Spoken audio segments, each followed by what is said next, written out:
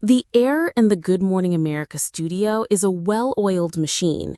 It's a symphony of controlled chaos, cameras whirring, earpieces buzzing with producer commands, and a team of the most polished professionals in the business making it all look effortless. But even in this meticulously crafted world, there are moments when the script goes out the window, when the perfectly coiffed hair and practiced smiles can't hide the raw, human emotion breaking through. This week, for Robin Roberts, that moment wasn't in the studio at all.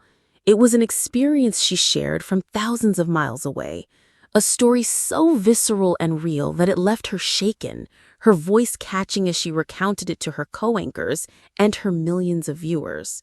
That was scary, she admitted, and in those two simple words, she pulled us all in. We didn't just hear a news report, we felt the fear, the awe, and the sheer heart-pounding intensity of her tense on-air moment.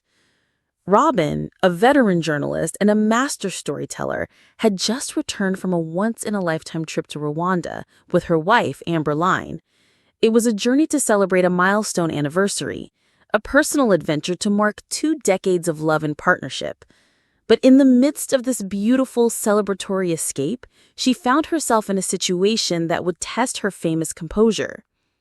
The scene she described wasn't a breaking news event or a political showdown. It was a quiet, breathtaking encounter with a family of mountain gorillas in their natural habitat. Robin, the ever-curious reporter, was there to document the majestic creatures, to witness their gentle power up close. She was prepared for wonder, for beauty, for a moment she'd never forget, but she wasn't quite prepared for the moment a 5-year-old juvenile gorilla decided to get personal. Imagine being in that moment. You're in the heart of the jungle, the air thick with humidity and the rustle of leaves. You're standing among the giants, a guest in their home. The guide tells you to remain calm, to be still, to show no fear. But then a curious, powerful creature, a being of immense strength and unpredictability, starts to approach you. It's not a threat, not an attack. It's a natural, innocent curiosity. But your primal instincts don't know that. Your heart starts to pound a drumbeat in your chest, and your mind races with every what if. That's what Robin described. She wasn't just observing. She was a part of the ecosystem for a fleeting, terrifying moment. She recalled holding on to her tour guide, her body stiff as a board, trying to project a calm she didn't feel. And as she shared the footage of the gorilla walking right up to her, you could see the tension etched on her face, the wide-eyed apprehension. It's a moment that reminds us that even the most seasoned journalists, the people we rely on to deliver the news with an unwavering, steady hand, are just like us. They have fears. They feel the jolt of adrenaline. They can be awestruck and humbled by the power of nature. What makes this moment so powerful, so engaging, is how Robin delivered it. She didn't bury the emotion. She leaned into it. She didn't try to be the stoic anchor, but rather the relatable friend sharing an incredible, slightly terrifying story.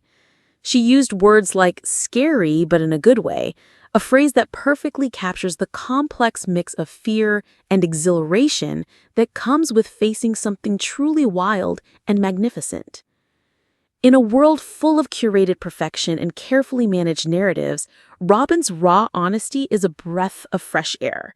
It's why we tune in, why we trust her.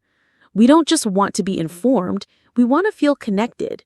We want to see a bit of ourselves in the people who anchor our mornings. This wasn't just a story about gorillas in Rwanda. It was a story about courage, about trust, about embracing the unexpected, and about finding joy and beauty even in moments that make your heart race. This is the kind of storytelling that converts a casual viewer into a loyal fan.